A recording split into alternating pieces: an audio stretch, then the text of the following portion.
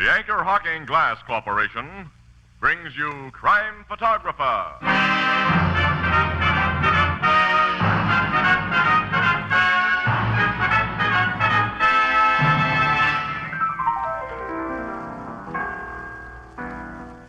Listen, Casey, I'm a great man. Huh? What have you done now, Ethelbert? I'm the only man on the block who never saw a flying saucer. Well, that won't put you on history's pages. You mean I won't be famous? No, Ethelbert, you gotta do something. You gotta be outstanding to be famous. Sure, like Anchor Hocking, the most famous name in glass.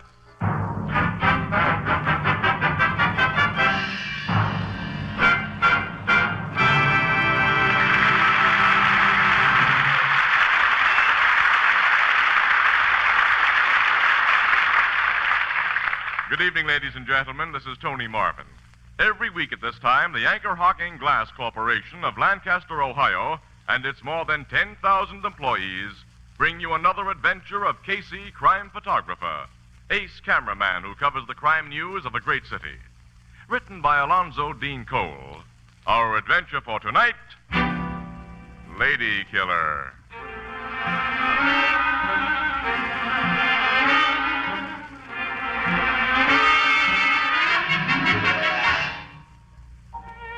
Mid-afternoon, the cocktail lounge of a luxurious resort hotel in Colorado.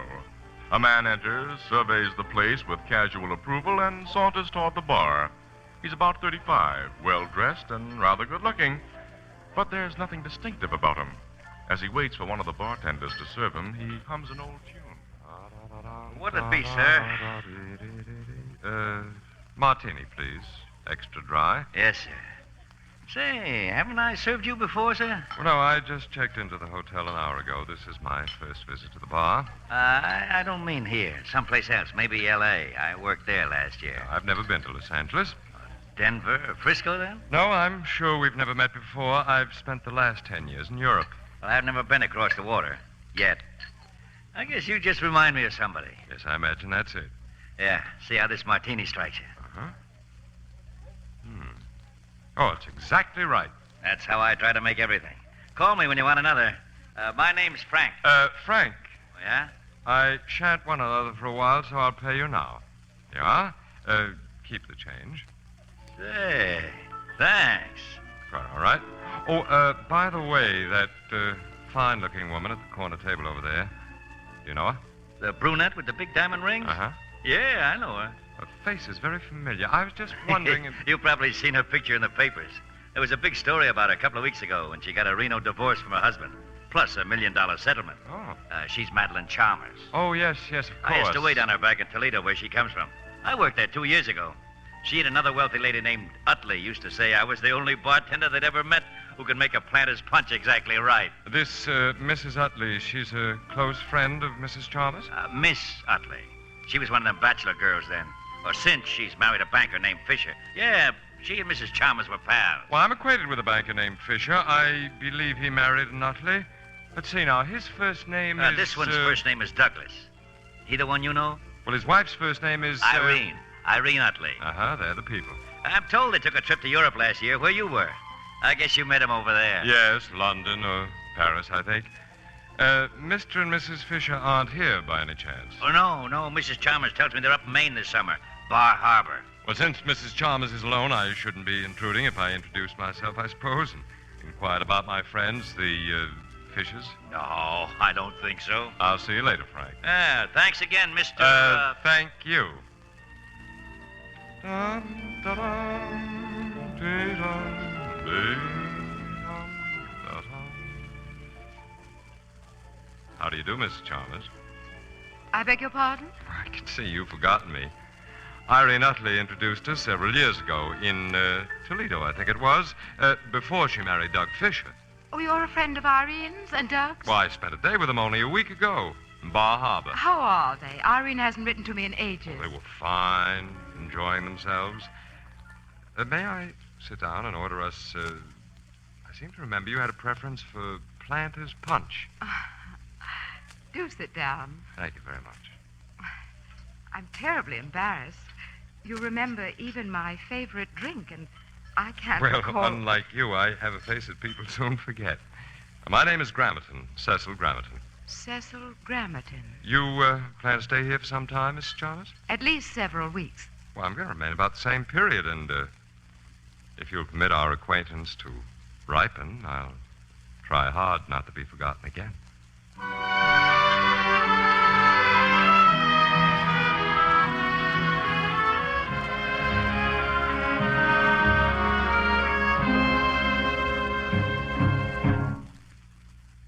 Come in, Cecil.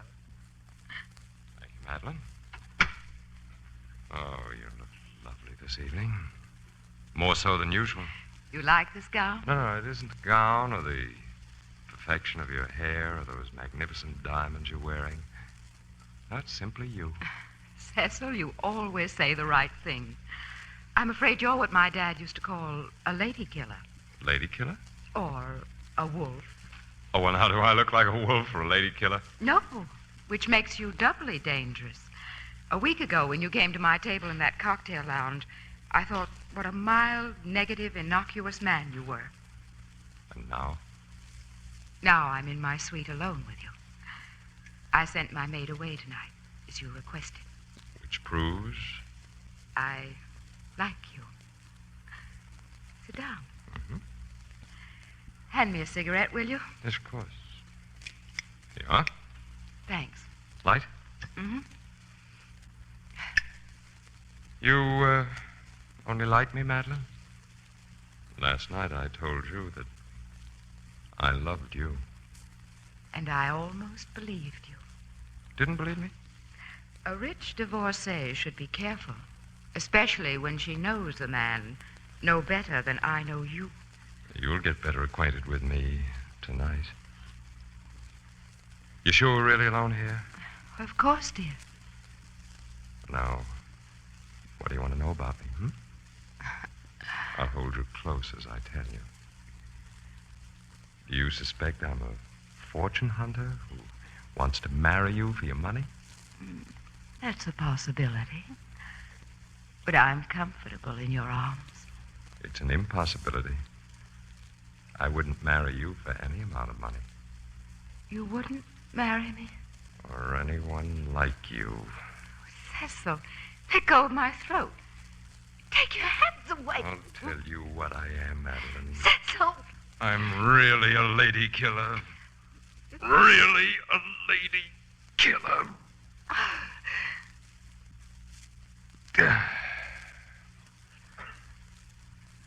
Such nice diamonds you had, Mrs. Chalmers. You won't need them anymore.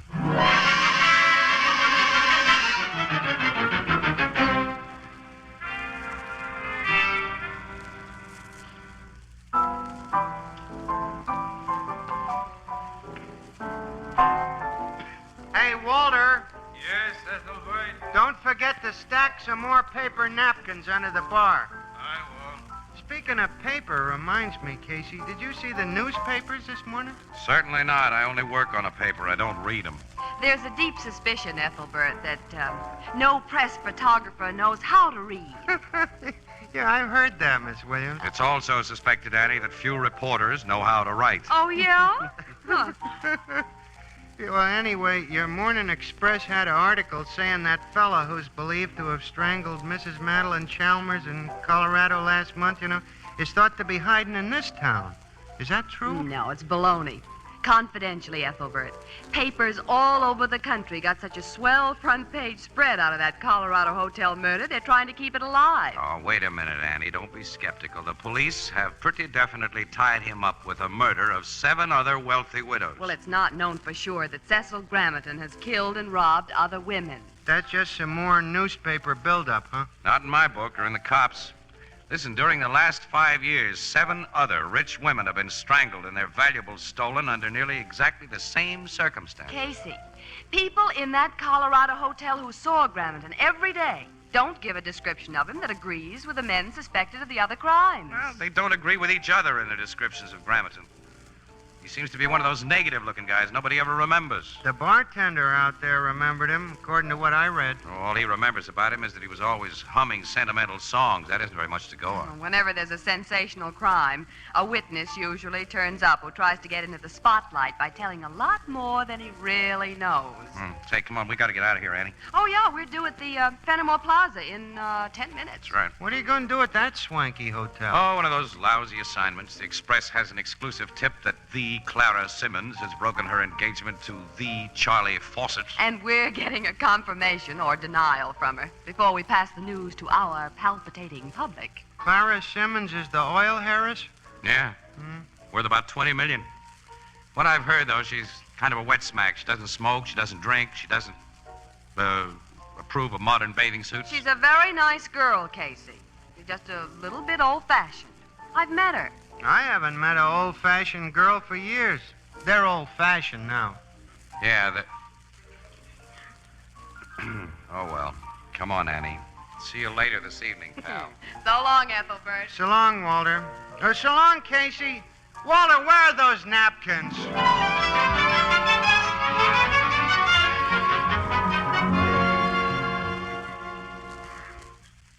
The report you heard is altogether correct, Miss Williams.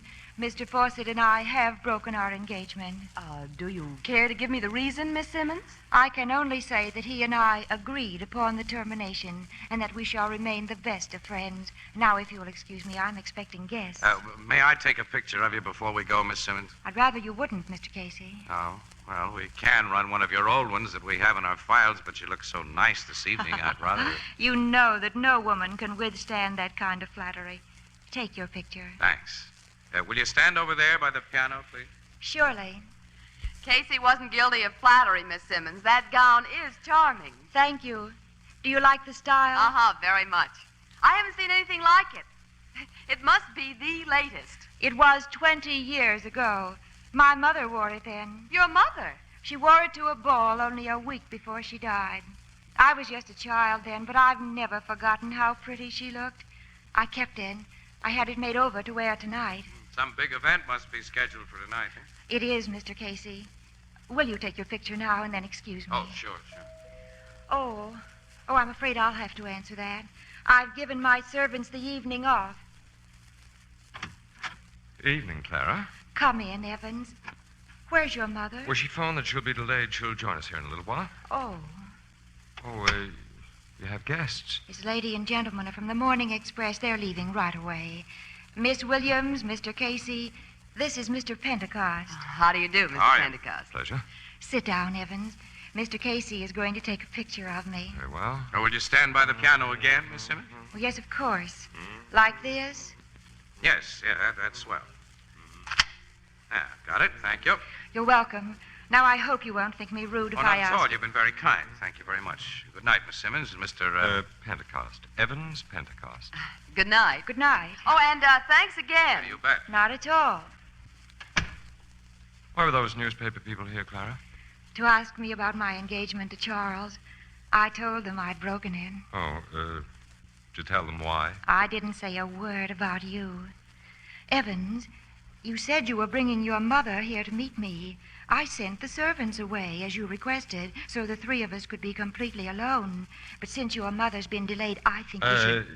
You're worried about us being alone? Why, naturally.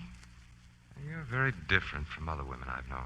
We'll go down to the mezzanine and wait for your mother. Well, You're lovely in that gown, Clara. Don't try to change the subject, Evans. My mother once had a gown like that. Be a good boy now. Let's go down to the mezzanine. We must be alone or you wouldn't be so insistent. Why, of course we're alone. Alone? Evans, why do you look at me like that?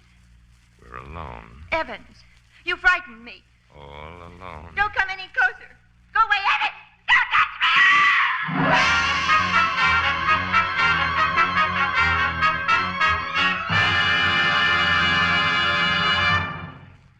At the end of a long, hot summer day, listen for the tinkle of ice cubes on Frosty Crystal. Cool summer drinks are doubly inviting when served in the amazing new Sunburst Crystal. Now, this truly fine crystal has the radiance of a diamond. Its brilliance is like rare old hand-cut crystal. And now, thanks to a revolutionary new anchor hocking manufacturing discovery, you can enjoy this magnificent crystal at unbelievably low prices. Imagine a sunburst crystal glass for fruit juice priced at only 5 cents. Imagine 10-ounce table tumblers, 2 for 15. Big oversized glasses for ice drinks, only 10 cents each. And a beautiful matching 2-quart pitcher for only 50 cents. That's what you'll find tomorrow and Saturday in the windows and on the counters of the retail stores of America. Prices slightly higher in distant cities. Don't put it off. Enjoy Sunburst Crystal this weekend. Sunburst Crystal is a product of Anchor Hocking, the most famous name in glass.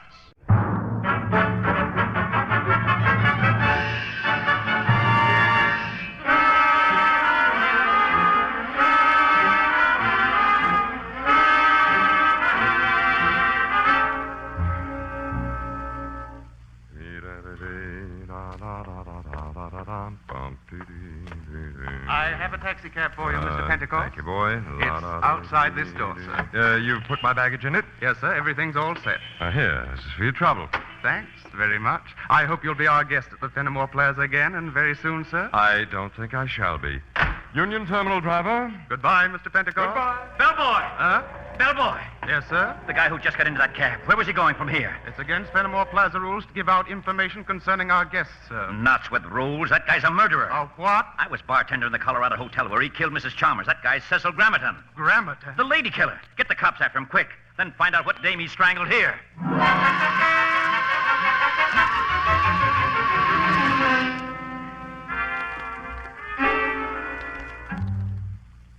Grammerton got away, Captain Logan. Yeah, he did, Miss Williams. My men located the cab that took him from this hotel, but he'd gotten out of it with his baggage only a few blocks from here. He didn't go to Union Terminal where he told the driver to take him. Oh, where he is now is anybody's guess, Casey. You said he didn't hurt Miss Simmons, Logan. That's right. She was hysterical when they found her, but otherwise she was okay. Well, she was hysterical because he tried to kill her. Oh, he didn't even lay a hand on her, Miss Williams. What? The thing's screwy the way she tells it. She says she suddenly got terribly afraid of the guy. He started to reach for her, and there was an insane look on his puss. And all of a sudden, he drops his hands, mumbles an apology, and walks out. Oh. Of course, you searched the rooms that Grammerton occupied. Sure. Well, did you find anything that might lead to... No, nothing that looks very hot, just an old photograph. A photograph? Yeah, of a woman. I'd say it was taken 20, 25 years ago. It was in a nice leather frame, and obviously slipped out of one of the guy's suitcases. Can we see it? Yes, but there's to be no mention of it in your paper. I'm not tipping Grammerton that we have the thing. It's off the record, Logan. Don't Yeah, of course. Okay. Here it is. Huh? Oh, she's a sweet-looking old lady. Too sweet. She's a prim and prissy type. Uh-huh. Hey, look, the name of the photographer who took this picture's here at the bottom, Logan. Perkins. Name of the town. Yeah, Perkins of Fairview. Fairview. That's only about 100 miles from here, isn't it? I'm taking a trip up there tomorrow. Oh, huh? I'll go with you. Okay, but you may be wasting your time. It's my job to go. Well, I got a hunch it won't be wasted time, Logan. And I've got another hunch. A hunch that no newspaper guy should get. Yeah, what's that? That you should kill the entire story of what happened tonight. Kill the story? Yes, Annie, every bit of it. Oh, it's big news, Casey. Front page. It doesn't matter. Put that bartender under wraps, Logan. Tell the hotel people and Miss Simmons to clam up about what they know and give all the papers a hush-hush order. Since this is the first time I ever got that kind of advice from a news hound, I'll take it. Oh, you should be thrown to the squirrels for this, Casey. Oh, no, Annie. The big story will be Grammerton's arrest, and we'll play for an exclusive on that. Logan, how soon can we leave for Fairview?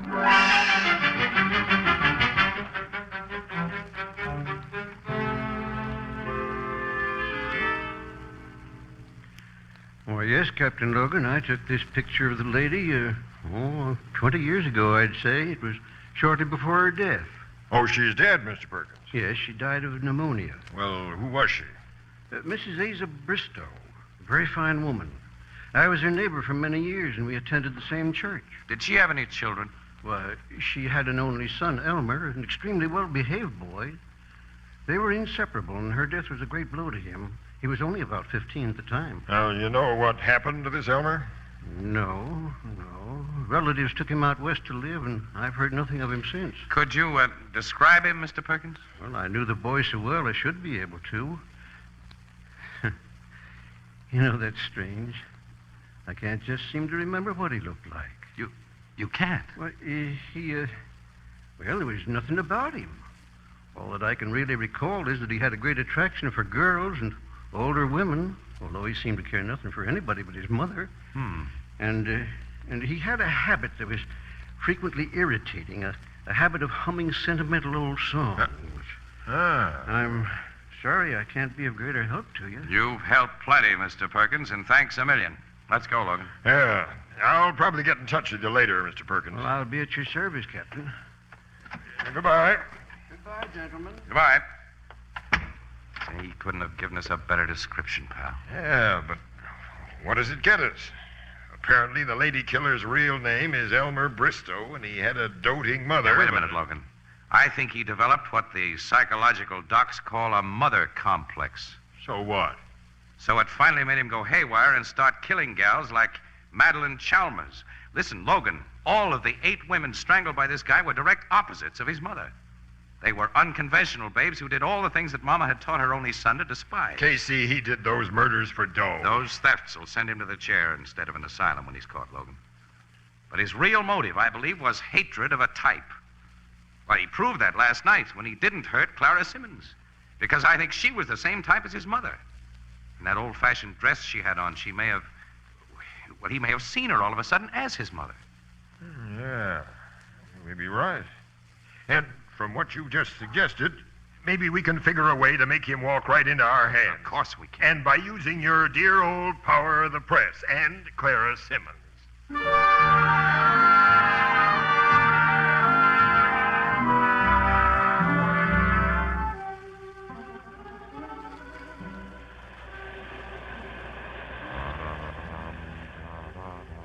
Gerard, Yes, Dorothy? must you gaze into space and hum those corny songs? I must be dreadful company. Oh, I beg your pardon, darling. I was thinking. Light me a cigarette. Oh, sure. Shall we get another drink? Oh, not now. Sitting here on the beach has made me lazy. We're going to look out at the beach from your apartment tonight. Alone. Mm-hmm. Until tonight, every minute will seem like an hour. That romantic line is pretty old, Gerard. Yeah, well, I'll try to do better next time. I hope you do. Oh, speaking of romance, did you see this morning's papers? No? Oh, there was the silliest story about that frightfully rich Clara Simmons. Clara Simmons? Yes. Ever meet her? Well, no. I have. She's a drippy little thing. What did the paper say about her? Oh, she's very ill. Ill? Pneumonia. Pneumonia? Brought on by a breakdown. Caused, the paper said, by a wrecked romance. I see. Well, did the paper say where Miss Simmons is? Well, she's in the city hospital, I believe. Dorothy, will you excuse me? I've got to go back to the hotel. Oh, why? I've got to put through a long-distance call. Business. I may have to leave here on the very first train. Leave? What's happening about tonight? Well, nothing, to my regret. Because, Dorothy, you're just the sort of woman I love to find alone.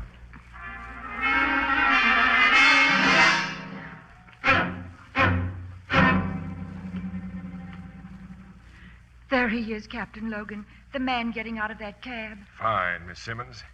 Well, Casey, our cockeyed scheme worked, I eh? was pretty sure it would. We knew he'd fallen for it after that long-distance call came through to the hospital.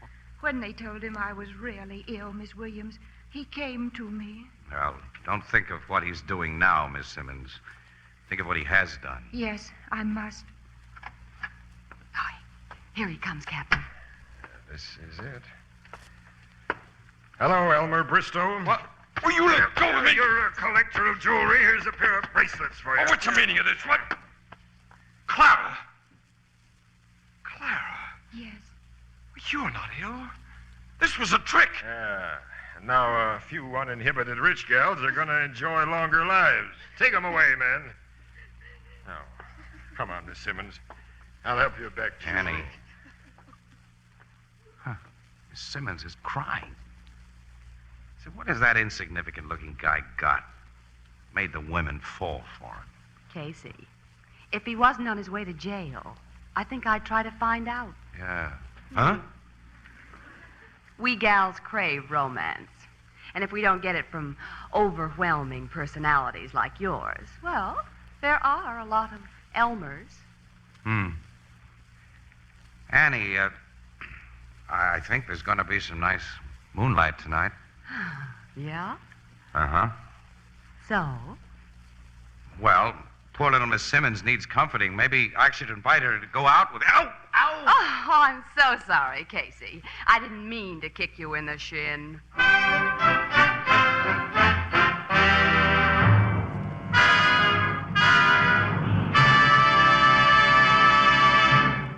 We'll join the crowd at the Blue Note in just a moment. You know, beer isn't the most important thing in the world, but it certainly is one of the pleasantest. And Anchor Hocking's revolutionary new one-way bottle makes beer and ale easy to enjoy. You know, it took a lot of research to develop this one-way bottle. It had to be light, compact, sturdy. It had to be so low in cost that no deposit, no return to the store is necessary. And that's what it is. A little wizard at fitting into packed refrigerators. Easy and safe to open. Easy and safe to drink from. No trouble about returns. When it's empty, just throw it away. And best of all, it's glass. Glass that can't affect the flavor and purity of beer and ale. Glass that keeps your beer brewery bright. You'll find 12-ounce, no-deposit bottles of your favorite brand at your local store.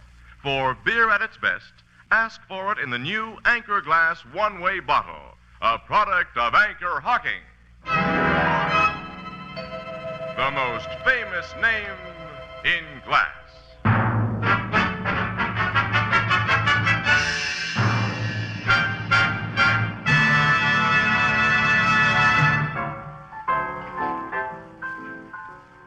This guy, Elmer, admitted all his murders, huh? Casey? Yep, he's a psychopathic case, Ethelbert, and when his kind start talking, they keep it up. You know, that guy's proud of all his killings. He's bragging about them now. A nice, sweet guy. Yeah. And you got him to come back here by figuring Clara Simmons had the engine sign on him just as his mother had, huh? Yeah, he couldn't let her die of pneumonia as his mother died without trying to save her. So clever, this Casey. Expert photographer, consulting psychologist, and eminent authority on affairs of the heart. What? You sound bitter, Miss Williams. Do I? Well, Annie, I'm not responsible for this rain tonight. Who said anything about weather? Well, if it had been a nice moonlit night, I thought... I'm not interested in what you thought. Oh. To a person with even the slightest imagination, moonlight is non-essential. Oh. Well, care to take a drive in the rain, Annie? Well, if the right person invited me properly. Miss Williams, will you go for a drive in the rain with me? I'd love to have your company. Why, yes, Mr. Casey. Where shall we drive? Poor Clara Simmons must still need comforting. How about calling on her and... Ow, my other shin! So sorry, Mr. Casey. Clumsy of me.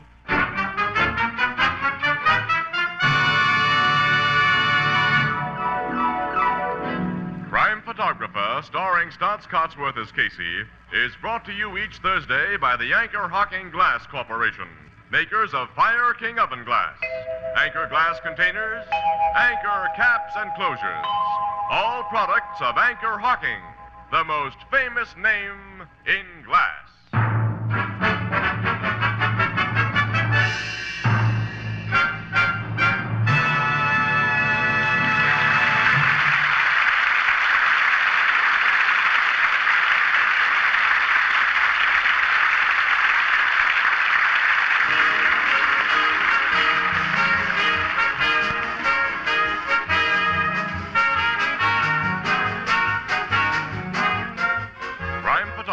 Is directed by John Dietz. The original music is by Archie Blyer, and the program features Miss Jan Miner as Anne and John Gibson as Ethelbert.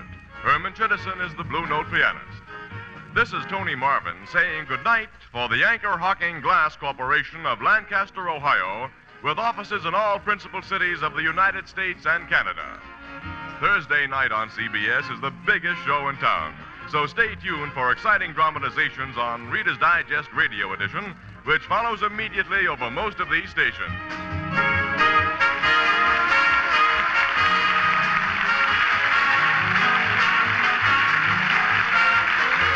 This is CBS, the Columbia Broadcasting System.